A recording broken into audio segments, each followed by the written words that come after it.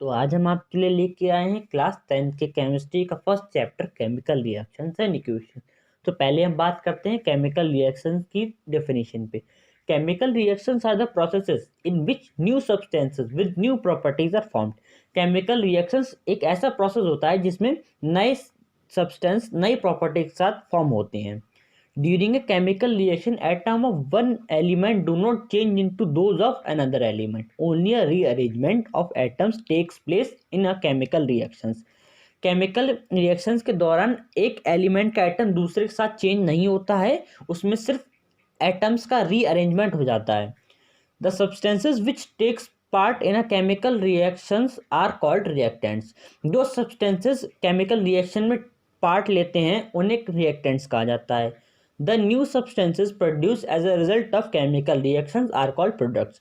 जो chemical reaction के बाद जो रिजल्ट में सब्सटेंसेस प्रोड्यूस होते हैं उन्हें प्रोडक्ट्स कहा जाता है। तो हम एक एग्जांपल द्वारा समझते हैं। मैग्नीशियम रिबन को जब हम ऑक्सीजन के प्रेजेंस में हीट करते हैं तब हमें एक वाइट ऐश पाउडर मिलता है मैग्नीशियम ऑक्साइड का, जिसकी एक केमिकल रिएक्शन दी गई है। Magnesium S ribbon plus oxygen from air heat equals to magnesium oxide white powder. यहाँ मैग्नीशियम और ऑक्सीजन रिएक्टेंट्स हैं और मैग्नीशियम ऑक्साइड प्रोडक्ट है। तो चलिए आगे बात करते हैं।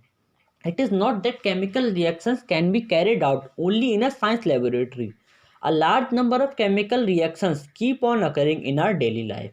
ऐसा ज़रूरी नहीं कि केमिकल रिएक्शन सिर्फ साइंस लेबोरेटरी में ही परफॉर्म की जाएं। ऐसी बहुत सारी केमिकल रिएक्शंस जो हमारे डेली लाइफ में परफॉर्म होती हैं।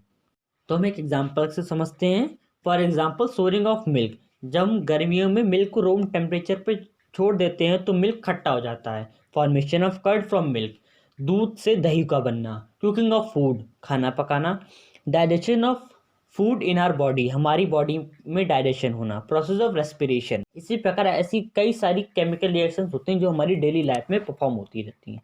चलिए आगे बात करते हैं। अब हम बात करने वाले हैं characteristics of chemical reactions. Chemical reactions की कैरेक्टरिस्टिक्स के बारे में। There are 5 important characteristics of chemical reactions. First, evolution of gases. Some chemical reactions are categorised by the evolution of gases. कुछ ऐसी केमिकल रिएक्शंस होती है जो गैस के उत्पादन पे आधारित होती हैं। For example, when zinc granules react with dilute sulphuric acid then bubbles of hydrogen gas are formed. जब zinc granule dilute sulphuric acid के साथ रिएक्ट करता है तो हाइड्रोजन गैस के बबल्स फॉर्म होते हैं। इससे ये पता चलता है कि chemical reaction between zinc and dilute sulphuric acid is characterised by the evolution of gas.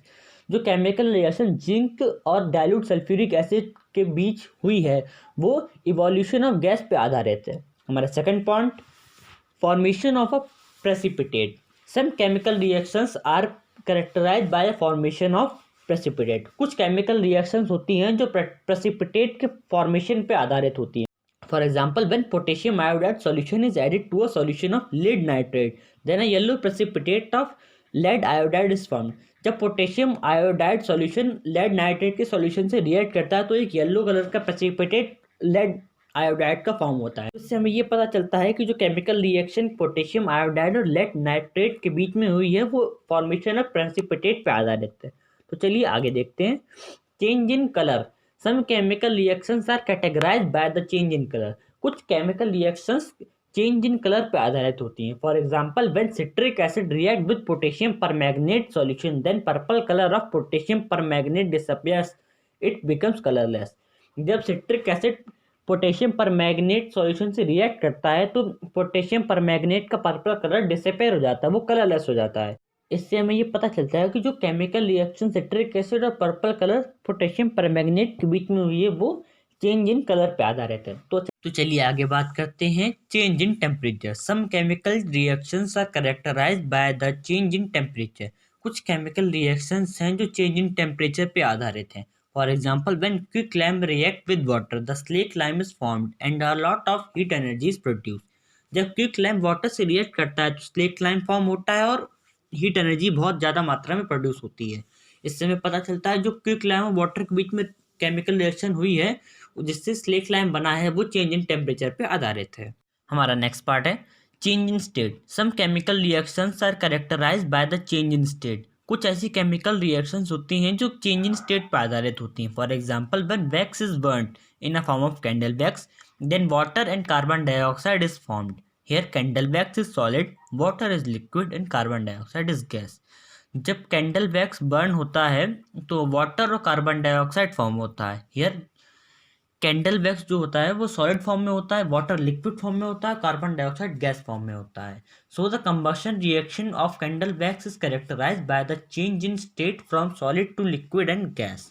तो इससे हमें ये पता चलता है जो कंबशन रिएक्शन कैंडल वैक्स की हुई है वो चेंज इन स्टेट पर आधारित है, जिससे हमें सॉलिड से लिक्विड और गैसियस स्टेट में चेंज होने को मिला है।